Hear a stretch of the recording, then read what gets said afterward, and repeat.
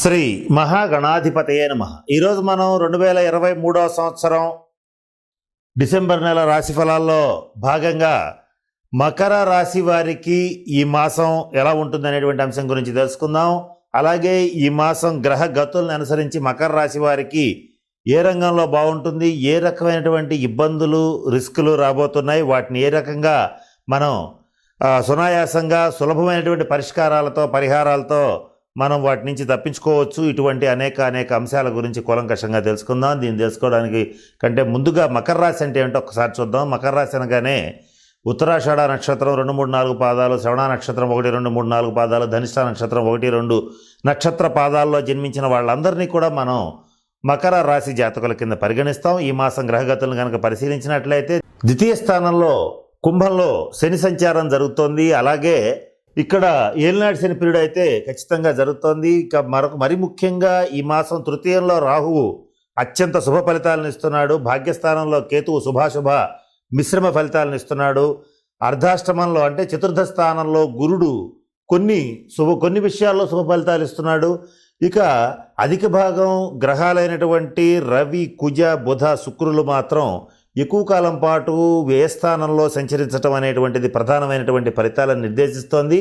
అయితే ఈ గ్రహ గతుల్ని బట్టి మకర రాశి వాళ్ళకి ఎలా ఉంటుంది, అసలు మొట్టమొదట వీళ్ళకి తృతీయంలో ఉన్నటువంటి రాహు ఇచ్చేటువంటి శుభ ఫలితాలు ఏమిటి అనేటువంటి విషయాల గురించి తెలుసుకుందాం. దాంట్లో తృతీయంలో రాహు ఉన్నప్పుడు ప్రతి విషయంలోనూ ప్రతి పనిలోనూ చక్కగా ధైర్యంగా సాహసోపేతంగా ముందుకు అడుగు వేయటం అనేటువంటిది జరుగుతుంది. అంతేకాకుండా ఈ రాహుగ్రహ సంచార రీత్యా ఆకస్మికంగా రాదనుకున్నటువంటి ద్రవ్యం రావటం, మనకి ఊహించినటువంటి రీతిలో స్నేహితుల నుంచి కానీ మిత్రుల నుంచి కానీ సహాయ సహకారాలు అందించబడటం, ఇటువంటివి సోదరవర్గం నుంచి సానుకూలమైనటువంటి దృక్పథం రావటం, ఇటువంటి అనేక మంచి పరిణామాలు రాహుగ్రహ సంచార రీత్యా రావటం అనేటువంటిది జరుగుతుంది. అయితే ఇక్కడ మరి ముఖ్యంగా చతుర్థ స్థానంలో ఉన్న గురుగ్రహ సంచారం అనేటువంటిది కూడా కొంత శుభాశుభ మిశ్రమంగా ఉంటుంది. అంటే స్త్రీ మూలక సౌఖ్యం ఉంటుంది. తల్లిగారు లేదా తల్లి వంటి వాళ్ళ నుంచి కొంత అనుకూలమైనటువంటి దృక్పథం ఉంటుంది. వాళ్ళ యొక్క ఆశీర్వచనం ఉంటుంది. వాళ్ళ నుంచి కొంత సహాయ సహకారాలు అనేటువంటివి లభిస్తాయి. గృహ సౌఖ్యం, వాహన సౌఖ్యం అనేటువంటిది తప్పనిసరిగా ఏర్పడుతుంది. ఇటువంటి మంచి ఫలితాలు ఉంటాయి. ఇక మరి ఇబ్బంది ఏమిటి అని అంటే ద్వితీయ స్థానంలో ఉన్నటువంటి ఈ శని, ఈ ఏలినాటి శని కానీ, వ్యయస్థానంలో సంచరిస్తున్నటువంటి రవికుజ బుధ శుక్రులు కానీ చేసేటువంటి పని ఏంటంటే ఆదాయానికైతే లోటు ఉండదు, సంపాదన మార్గాలు బాగానే ఉంటాయి. మీరు ఏ రకమైనటువంటి ప్రొఫెషన్లో ఉన్నా, వ్యాపారంలో ఉన్నా, ఉద్యోగంలో ఉన్నా మీకు ఆర్థికంగా ఎటువంటి లోటు అయితే ఉండదు. కానీ ప్రాబ్లం ఎక్కడొస్తుందంటే ఖర్చులు విపరీతంగా పెరుగుతాయి. ధనం మంచినీళ్ళ ప్రాయంగా ఖర్చు అయిపోతుంటుంది. ఎంత సంపాదించినా ఒక పక్క నుంచి నీళ్లు నిండుతూ ఉంటే ట్యాంకులో ఒక పక్క నుంచి కింద ట్యాప్ వదిలేసినట్లుగా నీళ్లు ఎప్పటికప్పుడు ఖాళీ అయిపోతూ ఉంటాయి. ఇట్లా నిరంతరం ధనం అనేటువంటిది ఒక ప్రవాహంలాగా వెళ్ళిపోతూ ఉండటం, మీ అంచనాని మించినటువంటి ఖర్చులు రావటం, వీటిల్లో కొన్ని మీరు ఊహించనటువంటి ఉండటం, అకస్మాత్తుగా కొన్ని ఖర్చులు వచ్చి మీద పడటం, అంటే కొంత ఉదాహరణగా చెప్పాలంటే కొంత హాస్పిటలైజేషన్ అవటం వల్ల కొన్ని ఖర్చులు కావచ్చు, లేకపోతే కొంత దుర్వ్యయం అంటే అనవసరమైనటువంటి ఖర్చులు కావచ్చు. మనం అపాత్ర దానం చేయాలి, కానీ కొన్ని సందర్భాల్లో మనకి ఇష్టం ఉన్నా ఇష్టం లేకపోయినా కొంతమంది అపాత్రలకు కూడా డబ్బు ఇవ్వాల్సినటువంటి పరిస్థితులు, తద్వారా కొంత ధన నష్టం, కొంత మానసికమైనటువంటి అలజడి, ఇటువంటివన్నీ కూడా ఏర్పడేటువంటి పరిస్థితులు ఉంటాయి. అంతేకాకుండా ఏలినాటి శని సంచార రీత్యా కూడా మీకు కానీ మీ జీవిత భాగస్వామికి కానీ కించిత్ అనారోగ్య సూచనలు ఏర్పడేటువంటి పరిస్థితి ఉంటుంది. జీవిత భాగస్వామితో కొంత అనుకూలత అనేటువంటిది కాస్త తగ్గుతుంది. తద్వారా కొంత భేదాభిప్రాయాలు, కొంత ఘర్షణపూరితమైనటువంటి వాతావరణం కూడా ఏర్పడుతుంది. కొంతమందికి మాత్రం అంటే ఈ మకర రాశిలో ఉన్నటువంటి వాళ్ళలో కనీసం ఒక 30 to 40 మెంబర్స్కి జరిగేటువంటి పరిస్థితి ఏంటంటే కండరాల నొప్పులు, నర్వస్ సిస్టమ్ కొంత అంటే నరాల వ్యవస్థ కొంత బలహీనపడటం, డైజెస్టివ్ డిజార్డర్స్ అంటే అరుగుదలకు సంబంధించిన సమస్యలు, గ్యాస్ట్రిక్ ట్రబుల్, ఈఎన్టీ సమస్యలు, ఇటువంటివి చర్మ సంబంధమైన శ్వాస సంబంధమైనటువంటి సమస్యలు కొంత ఆరోగ్యపరంగా ఇబ్బంది పెట్టేటువంటి పరిస్థితి ఉంటుంది. ఈ విషయంలో కొంచెం జాగ్రత్తగా ఉండాలి. ఈ మాసం తప్పనిసరిగా యోగా, మెడిటేషన్, ధ్యానం వంటివి చేయాలి. ఎప్పుడు చేసినా కూడా ఈ మాసంలో పరిమితమైన వ్యాయామం చేయాలి. ఇక్కడ సహజ సిద్ధంగానే మకర రాశి వాళ్ళు ప్రతి విషయంలోనూ ప్రీ ప్లాన్డ్గా ఉంటారు, ప్రాక్టికల్గా ఉంటారు.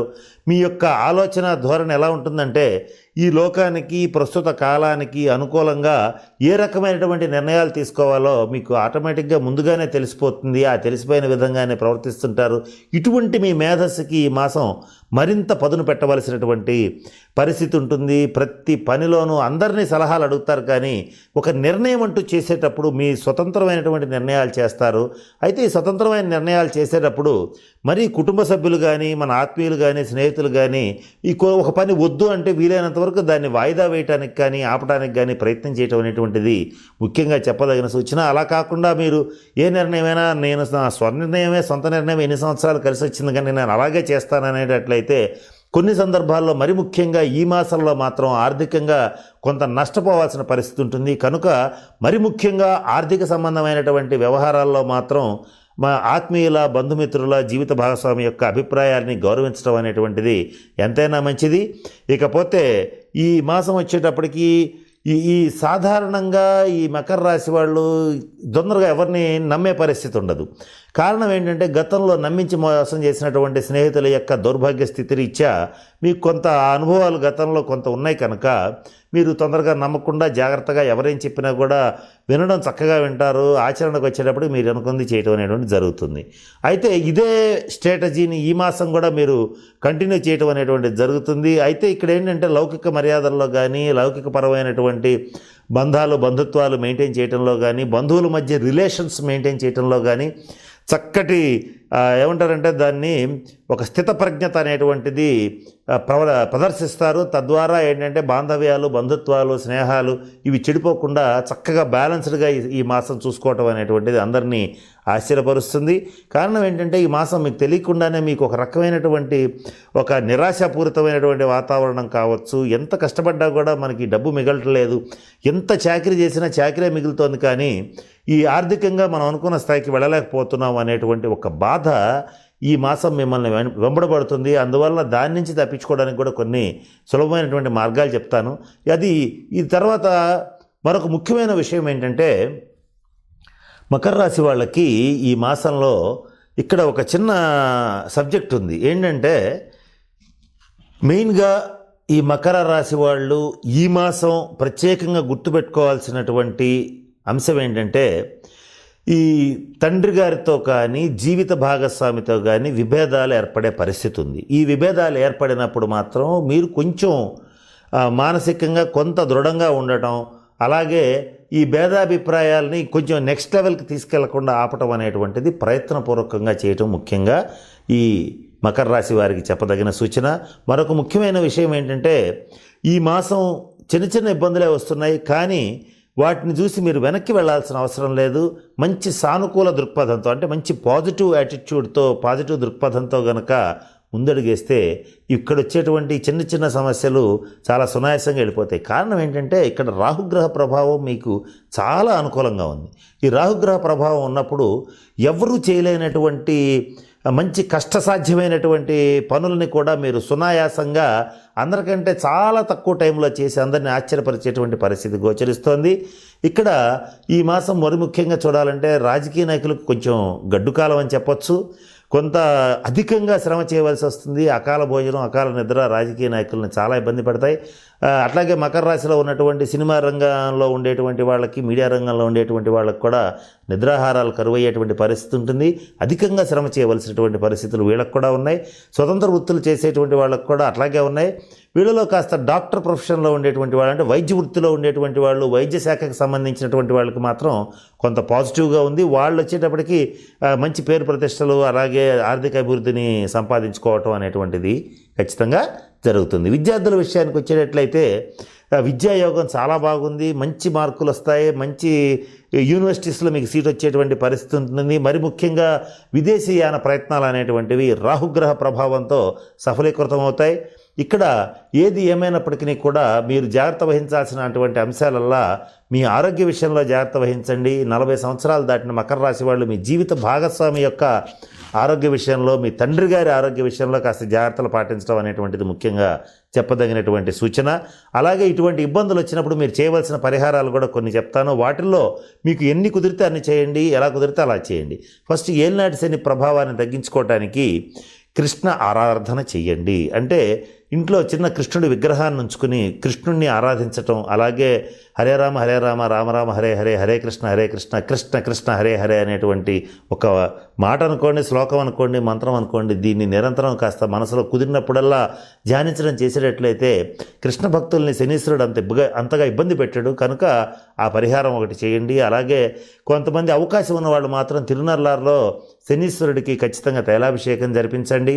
అలాగే ఇక మరి ముఖ్యంగా చెప్పాలంటే కుదిరితే శనివారం నాడు నల్ల నువ్వుల్ని దానం చేయటం కానీ, శనివార నియమాలు పాటించటం కానీ, శనిగ్రహానికి జపం చేయించుకోవటం కానీ చేయటం అనేటువంటిది మకర రాశి వాళ్ళకి ముఖ్యంగా చెప్పదగినటువంటి సూచన.